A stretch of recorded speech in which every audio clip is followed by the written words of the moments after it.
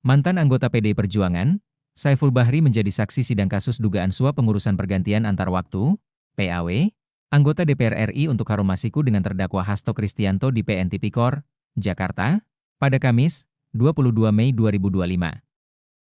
Lebih lanjut, Saiful mengatakan Harun Masiku merupakan caleg di Dapil Sumsel 1. Seseorang yang bernama Harun Masiku. Kenal. Bisa dijelaskan Harun Masiku ini profilnya siapa, apakah dia kader atau bagaimana prosesnya sehingga bisa menjadi kader di PDIP? Saya dikenalkan Pak Harun ini saat momentum pencalekan. Pada saat apa? Momentum pencalekan. Pada tahun? Tahun 2009. 2019 apa 2019? 19, sorry. 2019. 19. Oke. Nah, di situ saya tahu dia itu kader baru. Oh, di situ saksi mengetahui dia kader partai. Karena saya nggak pernah kenal sebelumnya. Nah, Dan pada saat itu, apakah Pak Harun Masiku itu juga caleg untuk pemilu pada tahun 2009 itu? Ya, caleg. Caleg ya. Itu di dapil mana sepengetahuan saksi?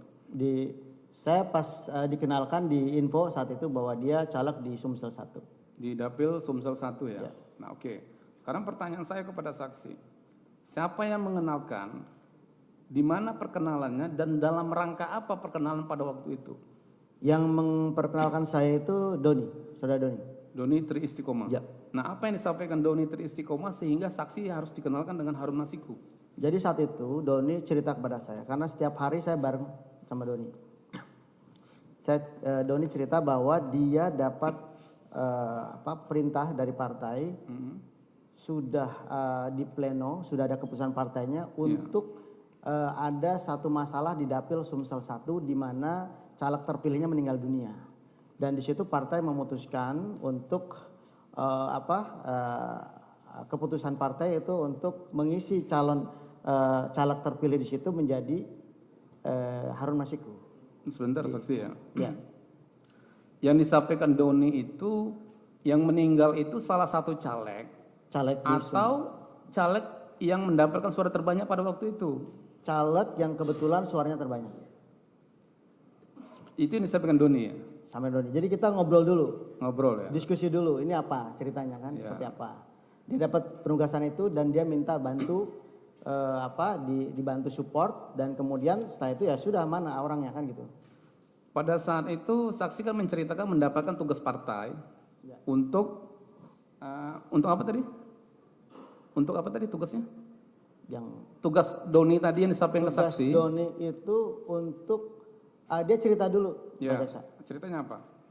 Dia cerita bahwa dia dapat tugas dari partai. Ada satu case di dapil Sumsel 1 di mana caleg terpilih yang suaranya terbanyak itu meninggal dunia. Dan kemudian atas nama Najrun Kemas. Dan suara terbanyak berikutnya itu Rizky Aprilia.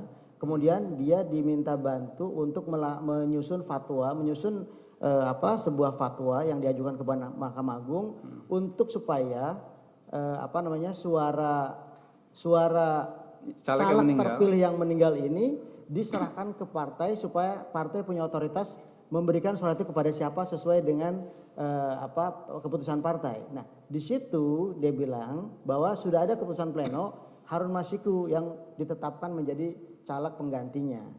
Di situ, dan kemudian Doni ya udah saya kenalin nih ke Harun Masiku. Di situlah saya kenalan. Ya. Nah, pada saat itu Doni menceritakan yang memberikan tugas kepada dia itu siapa? Pak Sekjen. Pak Sekjen ya. Nah, kemudian pertemuan saksi dengan Pak Doni dengan Harun Masiku itu di mana pada waktu itu? Saya lupa tempatnya. Biasanya bertemunya di mana? Kita biasa di kafe. Gitu. Ya, di kafe mana? Banyak ada di situ, yang paling dekat kan ada Megaria, terus dia ada di kafe yang di mall-mall seperti itu. Ya, ini kan ada di BAP saksi nomor 27, biasanya ketemu di Metropol Menteng atau di Mall Plaza Indonesia Grand Hyatt. Ya, betul. Seperti itu ya, sering ketemu di situ ya? Betul. Baik. Nah, kemudian saksi ya, pada saat pertemuan bertiga tadi, ya kan saksi diminta. Ya. Permintaannya apa?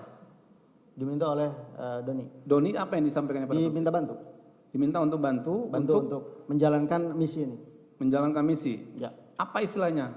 Menjalankan bahwa misinya cuma hanya dua di situ. Satu, turun dari Mahkamah Agung itu semacam fatwa, ya kan. Yang kedua adalah bagaimana Harun karena sudah dapat keputusan partai seperti itu harus jadi DPR RI. Gitu. Ya, baik. Berarti pada saat itu Doni Istiqomah itu ada mengatakan akan mengawal perintah dari terdakwa ya? Ya. Selaku sekjen untuk pengurusan Harun Masiku. Ya. Ya, baik. Nah kemudian pada saat itu apa yang saksi sampaikan kepada Harun Masiku dan Doni setelah ada permintaan dari Doni? Ya kami di situ diskusi Pak Jaksa. Ya. Ingat saya itu kita memang sebelum melangkah kita harus detailkan dulu materinya. Kita simpulkan di situ hanya ada 3 cara untuk mengganti untuk mengisi Harun ke jabatan tersebut. Yang pertama adalah pemecatan. Ya. Yang pertama adalah PAW, sorry. Okay. Nah di PAW itu untuk melakukan pergantian antar waktu dari Rizky kepada Harun, jalannya tunggal, hanya pemecatan sebagai anggota, dan itu tidak mudah. Itu dianggap hal yang tidak mungkin. Kenapa? Karena saat itu PD Perjuangan kan sudah menjadi partai modern Pak Jaksa, di mana artinya memang ini organisasi semua tata perilakunya, tata organisasinya sudah diatur oleh regulasi, oleh peraturan partai, sehingga itu kita geser tidak mungkin. Yang kedua lewat jalan normatif. Yang kedua lewat jalan minta Rizky mundur. Itu diskusi kami saat itu pertama. Minta Rizky mundur ya? Itu salah satu solusi. Ya. Itu pun hampir tidak mungkin karena kan mana ada orang yang sudah berdarah-darah menjadi DPR rela mundur begitu saja tanpa kompensasi. Kalaupun dengan kompensasi itu belum tentu kan. Itu yang kedua. Yang ketiga adalah secara normatif melalui jalur hukum. Ya. Nah, Doni saat itu sedang mengupayakan fatwa Mahkamah Agung. Jadi jalan itu yang kita tempuh saat itu. Ya. Dan di situ saya sama Doni, oke, kita jalan. Gitu ya. Oke, sampai situ dulu ya. Ya. Oke. Saya ingin mempertegas nih. Ya. Nah, pada saat saksi ikut terlibat ya. Ikut membantu lah, jangan terlibat. Ya. Ikut membantu pengurusan Harun Masiku ini. Ya. Sebenarnya, ya, ini di persidangan ini ya. Sebenarnya saksi itu diminta oleh Doni atau saksi yang minta ke Doni supaya saksi diikut sertakan? Awalnya saya tidak tahu Doni itu ngurus apa. Ya. Saya tidak tahu Doni juga sudah kenal sama Harun, saya tidak tahu. Doni yang memproklamirkan diri bahwa dia ada agenda ini. Kemudian dia ajak saya. Baik.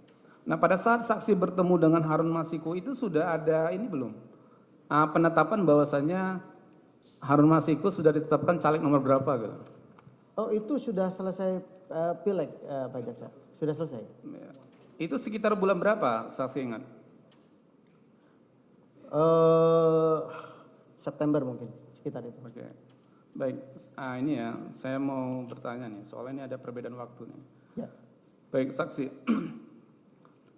Nah apakah terkait dengan pengurusan Harun Masiku, ya, saksi pernah dipanggil oleh terdakwa untuk mendapatkan arahan terkait dengan urusan Harun Masiku ini? Ya. Itu kapan? Izin Pak Jaksa, kalau waktu saya tidak ingat. Cuman seingat saya hari itu saya dibawa sama Doni ke kantor aspirasi. Di situ saya ketemu Pak Sekjen untuk ditegaskan bahwa memang ada perintah partai untuk urusan Harun Masiku dan saya diminta untuk mengawal kasus ini. Saya diminta bantu.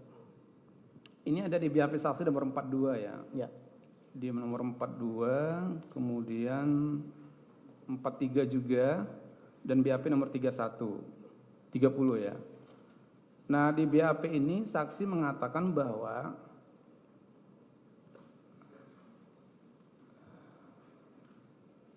baik. Nah di BAP ini saksi mengatakan saksi dipanggil atau dibawa oleh Doni pada waktu itu. Seingat saya karena Pak Sekjen juga tidak tahu saya dilibatkan. Seingat saya dipanggil dibawa sama Doni untuk di rumah aspirasi ya? Betul. Di Jalan Sultan Syahrir nomor 12A Jakarta Pusat, benar ya? Betul. Nah di BAP saksi nomor 42 ini saksi mengatakan di pertengahan tahun 2019. Ya mungkin. Nah makanya saya mau bertanya dulu nih. Duluan dipanggil oleh terdakwa atau duluan saksi bertemu Doni? Mana duluan? Doni dulu.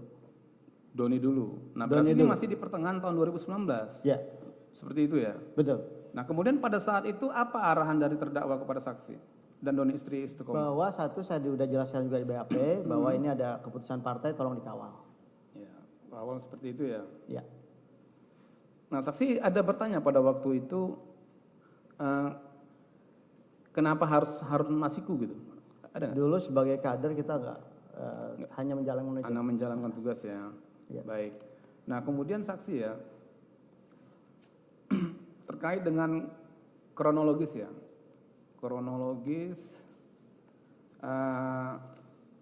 upaya untuk pengurusan Harun Masiku kan seperti itu ya. Ya. Jadi kan saksi sudah menjelaskan panjang lebar nih.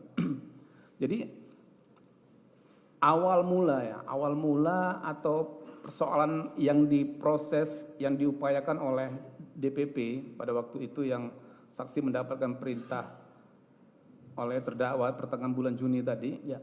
itu apa saja yang sudah dilakukan oleh DPP yang saksi ketahui?